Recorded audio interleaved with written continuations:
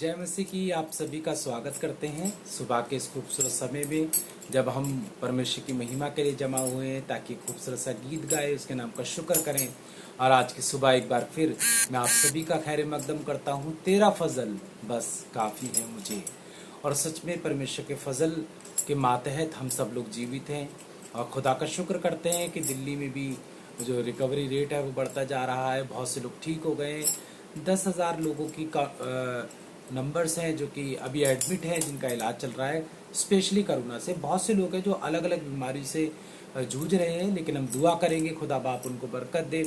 और अलग अलग बीमारियों से वो पीड़ित हैं, अस्पतालों में हैं, लेकिन हम सब बीमारियों के लिए दुआ करेंगे। स्पेशली कोरोना वायरस के लिए इसलिए बात करते हैं क्योंकि एक ऐसी बीमारी है जो बहुत जल्दी फैलती है, बहुत से लोगों को पीड़ित करती है। और आज की सुबह खुदा का शुक्र करते हैं कि दिल्ली में कोरोना वायरस से ठीक होने वालों की संख्या बढ़ रही है। खुदा का धन्यवाद हो आज की सुबह में इस बात के लिए। और फिर दुआ ये भी करेंगे खुदा बाप बाकी बीमारियां भी लोगों के जीवन में ना आए, लोग ठीक रहें, चंगाई पाएँ, खुदा के नाम का शुक्र करें और उसके नाम की हम्द कर सकें। और इस समय भी हम सब लोग जब खुदा के हजूर में हैं तो आइए सुबह के वक्त में पहले छोटी सी दुआ करें और इस प्रार्थना को खुदा के हाथ में सौंपें। फिर एक प्यारा सा गीत गा के परमेश्वर की महिमा करेंगे। प्रभु जी धन्यवाद देते हैं सुबह के समय के लिए, जब आराधना करते हैं, गीत गाते हैं, वचन से बात करते हैं, सब बातों में आपकी महिमा हो। हमें कुछ नहीं आता, हम अपने आप को तेरे हाथ में सौंपते हैं। बड़ी बरकत देना, अपने प्यार में, अपनी मोहब्बत में हमें संभाल कर। सारा आदर, सारी महिमा सब आपको देते हैं। प्रभु यीशु मसीह के नाम से मांगते हैं, आमीन। गीत गाएंगे, परमेश्वर के नाम की महिमा करेंगे और खुदावंद के नाम की स्तुति करेंगे। मैं यीशु के साथ नूर में चलूंगा, दिन और रात उसके पीछे मैं चलूंगा। पीछे चलूंगा फतेह पाऊंगा, यीशु मेरा मुंजी मसूल। चलते चलते नूर में यीशु के साथ, चलते चलते थामते यीशु के हाथ। नूर में मैं रहूंगा, फतेह पाऊंगा, मैं नूर में चलता चलूंगा। चलते चलते नूर में यीशु के साथ, हालेलुया। चलते चलते थामते यीशु के हाथ। नूर में मैं रहूंगा, फतेह पाऊंगा, मैं नूर में चलता चलूंगा। मैं यीशु के साथ नूर में चलूंगा, दिन और रात उसके पीछे मैं चलूंगा। पीछे चलूंगा फतेह पाऊंगा, यीशु मेरा मुंजी मसूल। चलते चलते नूर में यीशु के साथ, हालेलुया। चलते चलते थामते यीशु के हाथ। नूर में मैं रहूंगा, फतेह पाऊंगा, मैं नूर में चलता चलूंगा। मैं यीशु के साथ नूर में चलूंगा, कर अंधेरी रात मैं न डरूंगा। पैर उठाऊंगा, दिल से गाऊंगा, यीशु मेरा मुंजी मसूल। चलते चलते नूर में यीशु के साथ, चलते चलते थामते यीशु के हाथ। मैं रहूंगा, फतेह पाऊंगा, मैं नूर में चलता चलूंगा। यीशु के साथ नूर में चलूंगा, जब कभी आवाज की सुनूंगा, उससे कहूंगा तुझे सब दूंगा, यीशु मेरा मुंजी मसूल। चलते चलते नूर में यीशु के साथ, हालेलुया। चलते चलते थामते यीशु के हाथ। मैं रहूंगा, फतेह पाऊंगा, मैं नूर में चलता चलूंगा। मैं यीशु के साथ नूर में चलूंगा, अपनी आँख की तरफ लगाऊंगा। हाथ मेरे तली झंडा है अजीब, यीशु मेरा मुंजी मसूल। चलते चलते नूर में यीशु के साथ, हालेलुया। चलते चलते थामते यीशु के हाथ। नूर में मैं रहूंगा, फातह पाऊंगा, मैं नूर में चलता चलूंगा। चलते चलते नूर में यीशु के साथ, हालेलुया, चलते चलते साथ यीशु के हाथ। नूर में मैं रहूंगा, फातह पाऊंगा, मैं नूर में चलता चलूंगा। हाँ, मैं नूर में चलता चलूंगा, हाँ, मैं नूर में चलता चलूंगा।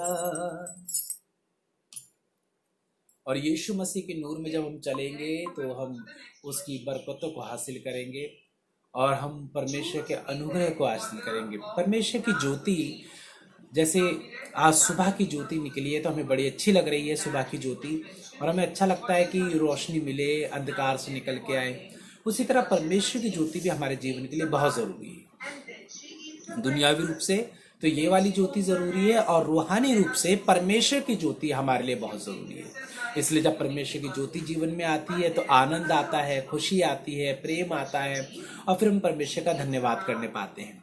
आज की सुबह भी हम खुदा का इसी बात के लिए धन्यवाद दे रहे हैं कि वो हमारे साथ रहता है, अपने अनुग्रह, अपनी सच्चाई, अपने प्रेम से हम सबको संभाल के रखता है, और सुबह का समय देता है कि हम एक गीत गाकर और छोटा सा कलाम पढ़ के हम परमेश्वर के हाथ में अपने आप को सौंप दें। और आप भी खुदा के हाथ में हैं, खुदा आपको बड़ी बरकत दे। आइए हम बाइबल को खोलें और खुदा के कलाम से बरकत पाएं। इससे पहले प्रभु का वचन खोलें, एक छोटी सी दुआ करें। प्रभु जी, आपके वचन को खोलते हैं, आप आशीष दीजिएगा। आपके पवित्र वचन को पढ़ते हैं, आप आशीष दीजिएगा। पढ़े, सुने, समझे, आशीष पाए। सुनने वालों को बड़ी बरकत दे। अपने रहम करम से मामूर कर, अपने फजल में बढ़ा। तेरे हाथ में सौंप देते हैं, यीशु मसीह के नाम से मांगते हैं, आमीन। आइए खुदा के कलाम को खोले और खुदा के कलाम से एक आशीष की बात को समझे। यूं लिखा है, पहला कुरिन्थियों उसका पहला अध्याय और उसकी 26वीं आयत। आपने ये आयत बहुत बार पढ़ी होगी। आइए इसी बात को थोड़ा सा समझें। पहला कुरिन्थियों पहला अध्याय और उसकी 26वीं आयत में इस प्रकार से लिखा है भाइयों, अपने बुलाए जाने को तो सोचो। जब हम ये आयत पढ़ते हैं तो ये बात पहले ही ध्यान रख लीजिए कि आप बुलाए गए, और बुलाए सबको गया है। क्या छोटे, क्या बड़े, क्या बुजुर्ग, क्या अमीर, क्या गरीब, सबको परमेश्वर ने बुलाया है। परमेश्वर की बुलाहट प्रभु यीशु मसीह की तरफ से हमारे तक पहुंची है।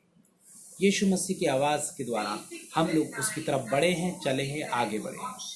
वो कहता है अपने बुलाए जाने को तो सोचो। जब हम बुलाए गए हैं तो हमको ये विचार करना ज़रूरी हो जाएगा कि परमेश्वर ने हमें क्यों बुलाया, परमेश्वर ने हमें क्यों पुकारा, परमेश्वर ने हमें ही क्यों बुलाया, औरों को क्यों नहीं बुलाया। आप मुबारक हैं, बाइबल में लिखा है धन्य है जिन्हें चुना गया है, जिन्हें ठहराया गया है। यूँ लिखा है बाइबल में कि तुमने मुझे नहीं चुना बल्कि मैंने तुम्हें चुना है और ठहराया कि तुम फल लेके आओ। यानी कि बहुत से लोग में परमेश्वर ने हमें चुन लिया। प्रभु का वचन कहता है कि बुलाए गए तो बहुत हैं परंतु चुने गए थोड़े हैं। यानी कि आप उनमें जब बुलाए गए तो परमेश्वर ने आपके लिए एक ऐसा रास्ता रखा कि आप सिलेक्ट भी हों। लेकिन सिलेक्ट कैसे होंगे? आप उस सिलेक्शन से पहले आपको अपने बुलाए जाने पर विचार करना पड़ेगा। प्रभु का वचन कहता है कि बुलाए गए तो बहुत है, चुने गए थोड़े हैं। तो थोड़े क्यों चुने गए? जितने बुलाए गए उतने क्यों नहीं चुने गए? क्योंकि जितने बुलाए गए थे वो बिन बुलाए आ गए, उन्होंने विचार भी नहीं करा क्यों बुलाए। प्रभु के वचन में एक कहानी है और यूँ लिखा है कि परमेश्वर यूँ को कहता है कि एक आदमी ने बड़ी ज़ियाफत करी, बहुत बड़ा खाना किया और उसने लोगों को न्योता भेजा, पर लोग नहीं आए। बहुत से अपने काम के लिए चले गए, बहुत से अपने किसी और काम के लिए चले गए, कोई अपने खेत चला गया, कोई अपने बैल लिवाने चला गया और कोई नहीं आया। नौकरों ने आकर उससे कहा कि गुरु कोई तो आया नहीं, सब अपने काम पे चले गए। तो उसने कहा भोज तैयार है, दावत तैयार है, तो एक काम करो, तुम चौराहे पर जाओ और जो तुम्हें मिल जाए उसको लेके आ जाओ, जो तुम्हें मिल जाए उसको लेके आओ। तो उन्होंने कहा ठीक है। वो गए और उन्होंने चौराहे पर जो मिला उनको लेके आए। लोग आने लगे और अच्छी खासे तैयार होके आने लगे। उन्हें पता था वो दावत में जा रहे हैं। परंतु एक व्यक्ति के बारे में बाइबल में जिक्र है जो कि दावत में तो आया परंतु भोज के वस्त्रों में नहीं आया। तो उससे दावत देने वाले ने पूछा कि तेरे वस्त्र कहाँ हैं? उसके पास कोई जवाब नहीं था। तो उसने कहा इसको उठा के बाहर फेंक दो क्योंकि ये भोज के वस्त्र में नहीं आया। हम भी बुलाए गए, हमें परमेश्वर ने बुलाया है। किस बुलाहट से बुलाया है? क्या परमेश्वर हमें बुराई करने बुलाया है क्या प्रभु ने हमें झूठ बोलने के लिए बुलाया है? क्या परमेश्वर ने हमें चुगली करने के लिए बुलाया है? क्या परमेश्वर ने हमें गंदी बातें करने के लिए बुलाया है? क्या परमेश्वर ने हमें दोष लगाने के लिए बुलाया है? हमें बुलाए जाने पर सोचना पड़ेगा प्रभु ने हमें किस लिए बुलाया है। प्रभु का वचन बताता है उसने हमें इन कामों के लिए नहीं बुलाया, परंतु अपनी महिमा प्रकट करने के लिए बुलाया है। परमेश्वर ने बुलाया है कि लोगों के जीवन बचे। परमेश्वर ने बुलाया है कि हम लोगों के जीवन में ऐसा काम करें जिससे कि वो प्रभावित होकर परमेश्वर को जान सके। ना कि झूठ बोलना, चोरी करना, गंदे काम करना, बुरे काम करना, जो परमेश्वर को पसंद नहीं है वैसे काम करना। इसलिए प्रभु ने नहीं बुलाया। तो अपने बुलाए जाने को सोचो। यदि हम भले काम करेंगे, अपने बुलाए जाने पर विचार करेंगे, तो क्या होगा? हम चुने जाएंगे। हमारा चुनाव होगा। किस काम के लिए चुनाव होगा? परमेश्वर के काम के लिए चुनाव होगा। प्रभु की महिमा के लिए हमारा चुनाव होगा। परमेश्वर के लिए इस्तेमाल किए जाएंगे और हम परमेश्वर के राज्य में जा सकेंगे। देखिए प्रभु के वचन में आगे क्या लिखा है। लिखा है भाइयों, अपने बुलाए जाने को सोचो कि ना तो शरीर के अनुसार बहुत ज्ञानवान और ना बहुत सामर्थ्य और ना बहुत कुलीन बुलाए गए। जैसे मैंने अभी आपको कहानी सुनाई, प्रभु ने चौराहे पर से बुला लिया। ना बहुत कुलीन, ना ज्ञानवान, ना समझदार। हमारे अंदर कोई खूबी नहीं थी कि हम परमेश्वर का नाम भी ले सकें, पर उसने हमें है अब्बा, है पिता कहने का मौका दिया। ये उसकी महान करुणा का फल है कि हम सुबह उठ के प्रभु यीशु का नाम ले सकते हैं, पिता परमेश्वर का नाम ले सकते हैं, हम धन्यवाद कर सकते हैं, उसकी महिमा के गीत गा सकते हैं। क्या हम इस लायक हैं? अगर देखा जाए तो हम इस लायक नहीं है, लेकिन उसकी महान करुणा है कि हमें प्रभु ने बुलाया और अपने साथ बैठाया है। आगे लिखा है, परंतु परमेश्वर ने जगत के मूर्खों को चुन लिया कि ज्ञानवानों को लज्जित करे। परमेश्वर ने जगत के निर्बलों को चुन लिया कि बलवानों को लज्जित करे। और परमेश्वर ने जगत के नीचों और तुच्छों को, वरन जो है भी नहीं उनको भी चुन लिया कि जो है उन्हें व्यर्थ ठहराए, ताकि कोई प्राणी परमेश्वर के सामने घमंड ना करने पाए। परमेश्वर का चुनाव बहुत यूनिक है। परमेश्वर ने बहुत अजीब ढंग से आपको चुना है। ना कोई खूबी देखी, ना लियाकत देखी, ना कोई खासियत देखी, परंतु अपने कुंभे में मिला लिया, अपने लोगों में आपको मिला लिया। आप चुने गए, ठहराए गए लोग बन गए। आप धन्य लोगों में गिने गए, आप परमेश्वर की संतानों में गिने गए। ये परमेश्वर का बहुत बड़ा अनुग्रह है। तो जब आप आ गए, आपको विचार करना पड़ेगा, आज की सुबह खुदा तूने मुझे क्यों बुलाया है? परमेश्वर तूने मुझे क्यों बुलाया है?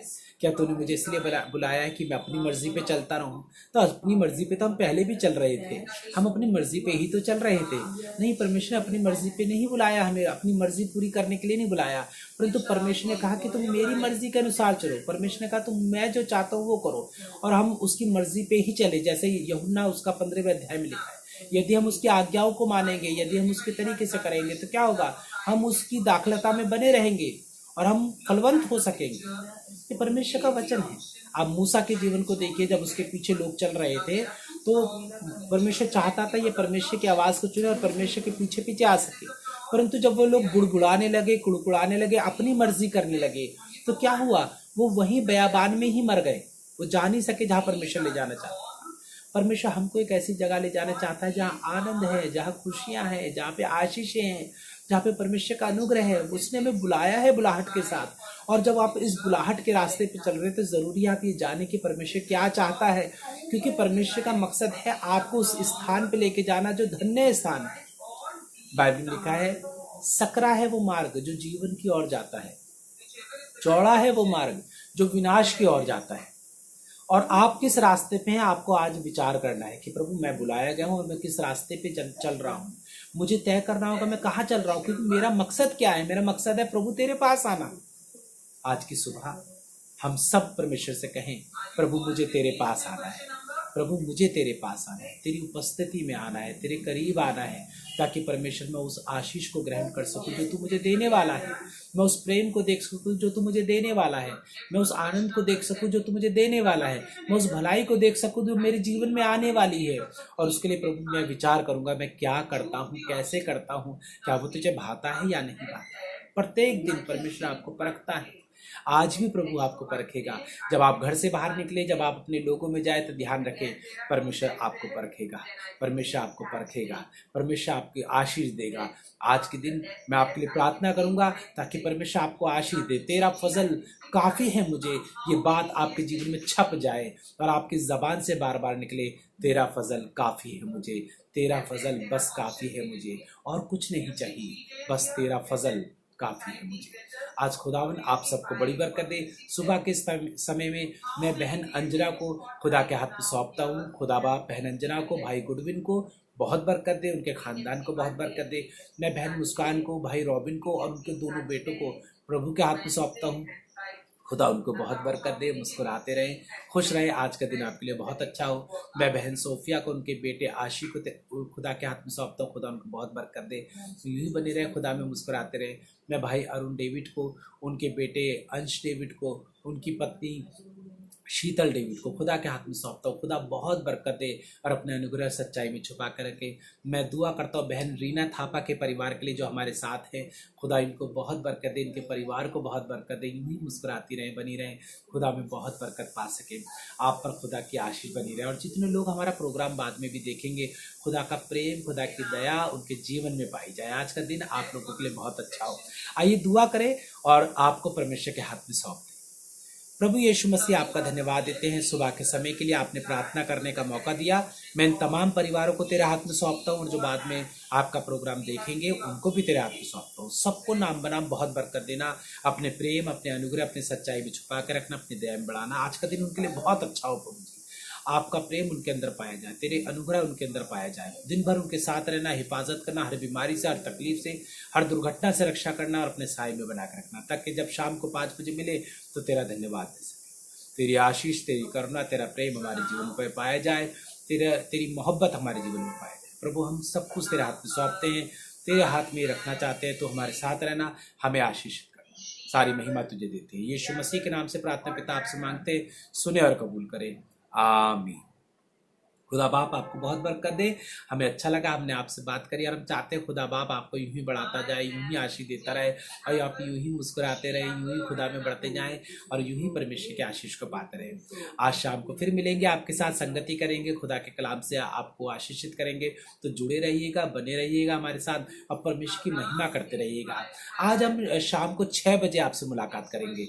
आज शाम को राहे खुदा पर 6 बजे आपसे मुलाकात करेंगे, इसलिए टाइम को ज़रा ध्यान रखिएगा।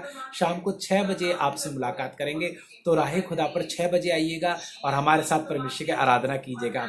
अगर आपको हमारा मैसेज मिल गया है, आप समझ गए हैं शाम को 6 बजे आना है, तो हम मैसेज बॉक्स में आप एक थंब का निशान दिखा सकते हैं, हम समझ जाएंगे आज सबको इन्फॉर्मेशन मिल गई है।